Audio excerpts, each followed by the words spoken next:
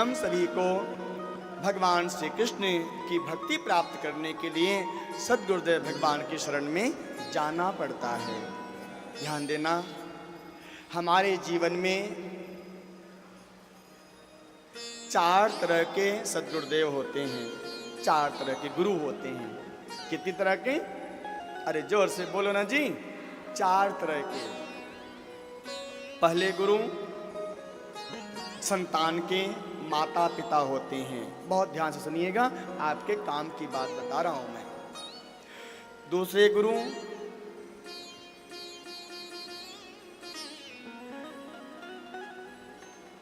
जो हमारा उपनयन संस्कार कराते हैं,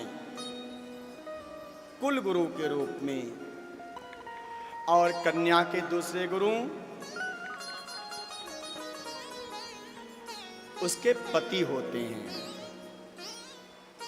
तीसरे गुरु जो हमें शिक्षा देते हैं, अर्थात जिनसे हम विद्या अध्ययन करते हैं।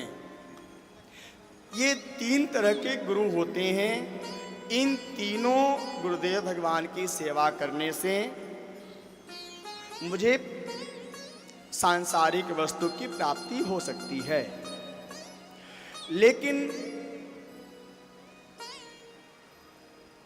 भगवान श्री कृष्ण की भक्ति हमारी आध्यात्मिक उन्नति संभव नहीं है। माता पिता क्या सिखाते हैं बच्चों को? बेटा कमाओ, बढ़िया उदर पोषण के लिए शिक्षा देते हैं। कुल गुरु अपने कुल परंपरा से जो प्राप्त है वह आपको प्रदान करते हैं, चाहे वो गायत्री मंत्र हो, चाहे जो भी उनकी जो परंपरा होगी। जो पढ़ाते हैं, जो विद्या अध्ययन कराते हैं, वो आपको सांसारिक विषय पढ़ाते हैं। चाहे कोई भी सांसारिक विषय हो, आप साइंटिस्ट बन जाओगे, डॉक्टर बन जाओगे, ये सब आप। इन तीनों गुरुओं की सेवा करने से मुझे सांसारिक वस्तु की प्राप्ति तो हो सकती है, लेकिन भगवान की प्राप्ति अर्थात आत्म कल्याण, हमारी आत्मा का कल्याण संभव नहीं है।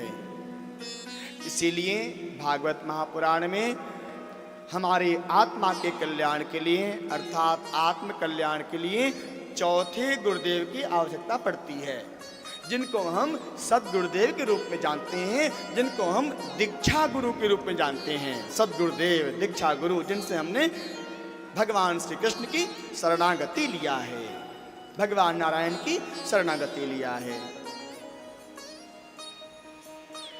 इसलिए हम सभी संसार में रहने वालों को, गृहस्थ आश्रम में रहने वालों को अपनी आत्मा के कल्याण के लिए, आत्म कल्याण के लिए, भगवान नारायण की भक्ति के लिए भगवान नारायण, भगवान श्री कृष्ण, भगवान श्री राम जी की शरणागति सद्गुरुदेव भगवान के माध्यम से प्राप्त करनी चाहिए।